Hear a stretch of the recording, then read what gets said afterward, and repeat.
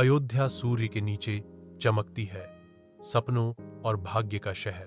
राजा दशरथ शाही वैभव में बैठे हैं। उनके राज्य का भार उनकी आंखों में अंकित है। उनके बगल में राम बैठे हैं, उनके बेटे, विनम्रता और बुद्धिमत्ता की एक मिसाल। उनकी उपस्थिति एक सुनहरे भविष्य का वादा है। दशरथ की आवाज पितृ गौरव से गूंजती है, राम, तुम मेरे सबसे प्रिय पुत्र हो और मुझे विश्वास है कि तुम अयोध्या को महानता की ओर ले जाओगे। राम श्रद्धा से सुनता है।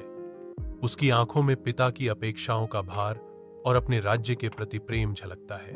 उस पल में अयोध्या अपनी सांस रोकती है। राम के न्यायपूर्ण हाथ के तहत एक नए युग की शुरुआत का इंतजार कर रही है। वन के भीतर राम, सीता और लक्ष्मण सुंदरता और छिपे हुए खतरे से भरी राह पर चलते हैं। शांति भंग हो जाती है क्योंकि रावण प्रकट होता है। उसकी छाया शांत जंगलों पर छा जाती है। एक त्वरित द्वेषपूर्ण कार्य में रावण सीता का अपहरण करता है, उसे अज्ञात में ले जाता है। राम लकवाग्रस्त खड़ा है।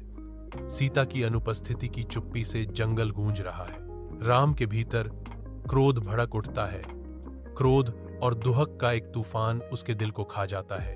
अटल संकल्प से गूंजती आवाज के साथ राम सीता को वापस पाने की प्रतिज्ञा करते हैं, उन पर छाए अंधेरे का विरोध करते हुए। लंका का सुनहरा किला उठता है, एक अजेय गढ़ जो निर्दयी धूप के नीचे है। वानर सेना अभेद्य किले को घेर लेती है। उनकी दहाड़ विशाल परिदृश्य में गूंजती है।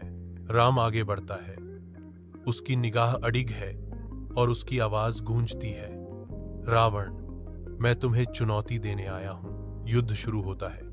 हनुमान की शक्ति और भक्ति चमकती है क्योंकि राम रावण का सामना करते हैं। विजयी राम और सीता अयोध्या लौटते हैं। उनकी यात्रा पूरी होती है।